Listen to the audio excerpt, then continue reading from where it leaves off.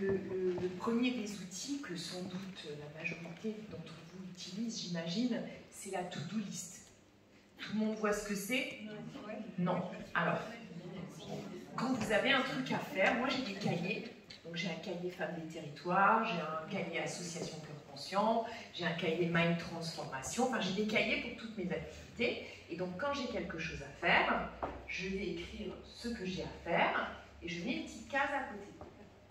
Et quand c'est fait, eh ben je check. Ça me permet de dormir la nuit, parce que j'ai fait un burn-out il y a quelques années, et mon gros souci, c'est que je ne dormais pas tellement j'avais de choses à faire, et en plus je perdais du temps à rester couché dans ce lit. Enfin, ça n'allait pas du tout. À partir du moment où vous posez ce que vous avez à faire, vous pouvez l'oublier. Et le lendemain, la to-do list, elle est toujours encore là. Deuxième outil, c'est la matrice d'Eisenhower. Donc ça, je fais à peu près une fois par semaine, et ça marche aussi bien, enfin, ça permet d'articuler le temps professionnel, le temps bénévole et le temps privé. Alors c'est un truc, ça fait un peu comme ça. Voilà. Donc l'idée, c'est de dire, il y a des choses importantes et il y a des choses, alors déjà je suis pas bien, on va faire comme ça, hop, importantes et non importantes. Après, il y a des choses urgentes et non urgentes. L'idée, c'est quand on a une to-do list, de classer les choses, parce qu'on sait qu'on ne pourra pas tout faire dans la journée. Donc du coup, l'idée, ce que propose Eisenhower, c'est de faire en priorité l'important et l'urgent. Ça, c'est assez naturel. En deuxième, de faire l'important non urgent. Ça, c'est déjà un peu moins naturel.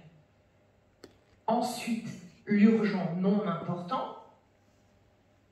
À l'époque où j'étais manager, le sport de mes collaborateurs, c'était de venir dans mon bureau avec une urgence. Et alors là, je me suis simplifié la vie, et à la fin, ils le savaient, quand c'est urgent, eh ben c'est non. Ou tu anticipes, ou enfin, il n'y a pas d'urgence. Ce qui est important, je traite, mais pas les urgences. Donc l'idée, c'est de traiter d'abord l'important urgent, l'important non urgent, et ensuite le non important urgent, et enfin le quatrième, vous pouvez le laisser tomber. Si vous pouvez déléguer, vous déléguez, et sinon, ça, à un moment donné, ça va basculer dans une autre case dans tous les cas. Voilà, ça c'est deux outils organisationnels. Le troisième outil, dans ma pratique, j'utilise l'entraînement cérébral, qui est un mix entre de la méditation et de la PNL, pour aller travailler l'inconscient. Et ce que je propose pour les personnes qui sont hyper stressées, c'est tout simplement la méditation. On dit que, alors c'est pas très commun en Europe, c'est pas très connu, c'est pas très commun, quoique ça se développe quand même pas mal. Mais on dit que la méditation est à l'esprit ce que l'activité physique est au corps. Octroyez-vous 5 minutes par jour. 5 minutes, juste à se poser, mais sans musique, sans rien. Juste essayer de faire le vide. Respirez, vous verrez comme ça fait du bien.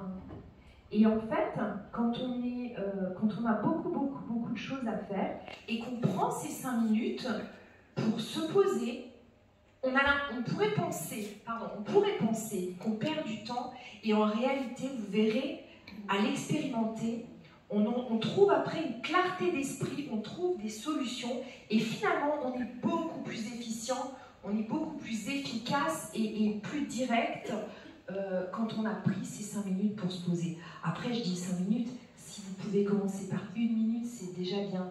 Mais vraiment, de mon point de vue, c'est peut-être le tips le plus important.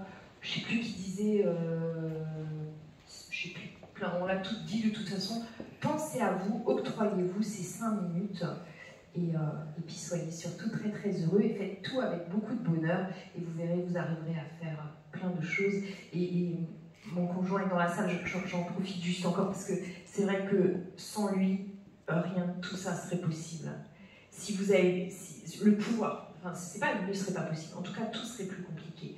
Mais pouvoir s'appuyer sur quelqu'un qui gère les courses, la bouffe, le ménage, autant que moi, je vous l'ai dit, je suis divorcée. Mon ex-mari me disait, mais je comprends pas, c'est quoi ton problème? Pourtant je t'aide. Tu m'aides, mais elle est à moi la maison? Non, non. Donc voilà. Et mesdames, celles qui ont des garçons, n'oubliez pas, éduquez vos enfants pour vos futures belles filles.